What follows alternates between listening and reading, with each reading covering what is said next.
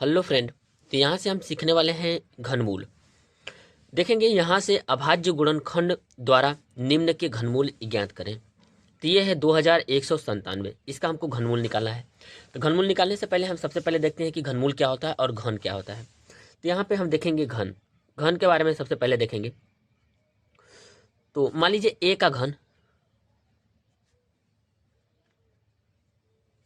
तो ए का घन का मतलब क्या होता है? घन मतलब क्यूब होता है। तो ए के पावर 3, इसको हम कितने बार लिख सकते हैं? 3 का मतलब 3 बार लिख सकते हैं, ए गुड़े ए। या तो यहाँ पे बी होता तो बी क्यूब होता, तो बी क्यूब हम लिख सकते हैं बी गुड़े बी। यहाँ पे ये तो हो गया घन। अब देखेंगे घनमूल। तो घनमूल में देखेंगे ए का घनमूल,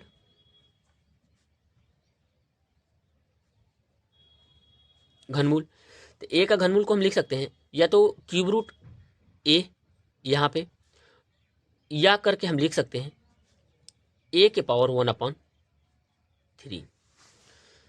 अब यहाँ से हम क्वेश्चन को सॉल्व करेंगे। तो अभाज्य गुणनखंड विधि से हम क्वेश्चन को सॉल्व करेंगे। तो यहाँ पे लिखेंगे 2197।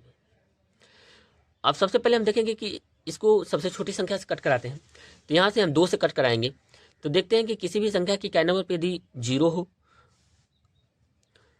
हो और कोई सम संख्या है, तब ये 2 से कटेगा। तो यहाँ पर ना तो जीरो है और ना तो कोई सम संख्या है, तो ये 2 से नहीं कटेगा।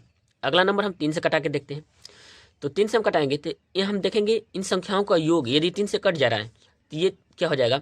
यहाँ से पूरी तरह विभाजित हो जाएगा। जैसे देखेंगे 2 1 3 और 3 और 7 10 और 10 9 19, 3 से नहीं कटेगा। अब देखेंगे 5 से, तो 5 में भी वही नियम लागू होता है कि यहाँ से देखेंगे यहाँ पे 0 हो इकाई नंबर पे और 5 हो, तो ये 5 से कट जाएगा।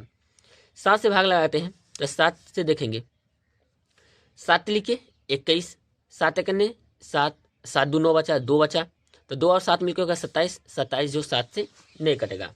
अब हम अगला नंबर देखेंगे 11, तो 11 से भी ये नहीं कटेगा।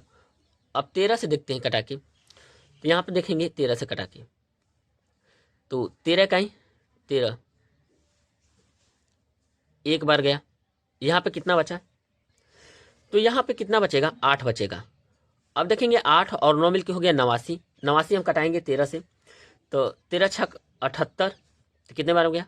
यहाँ पे 6 बार में 13 छक 78, 78 करेंगे तो 78 घटाएंगे यहाँ पे 89 में से 78 को माइनस करेंगे तो बचेगा 11।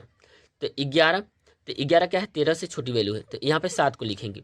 तो 7 जैसे यहाँ पे लिखेंगे तो 117 हो जाएगा। तो 13 9 117, 169 बार में गया। 169 को हम कटाएंगे 13 से, क्योंकि ये 13 का स्क्वायर होता है। तो यहाँ से कटाएंगे तो 13 का ही 13, यानी 13 ही हम 169। अब 13 हमारा अभाज्य संख्या है, तो 13 से कटाएंगे 13 का ही 13। अब यहाँ पे लिखेंगे क्यूब रूट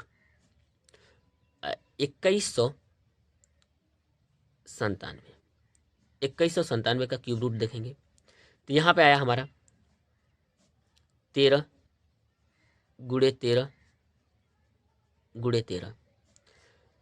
अब घनमूल में क्या बनता है? 3 3 का जोड़ा बनता है। यहाँ पे 3 का बना देंगे, तो यहाँ से एक बाहर निकलेगा 13, तो यहाँ से क्या निकला बाहर? 13, और यही हमारा क्या हो जाएगा? यहाँ से इस क्वेश्चन का आंसर हो जाएगा। दोस्तों यदि वीडियो पसंद आई तो वीडियो को लाइक करें और चैनल को जरूर सब्सक्राइब करें।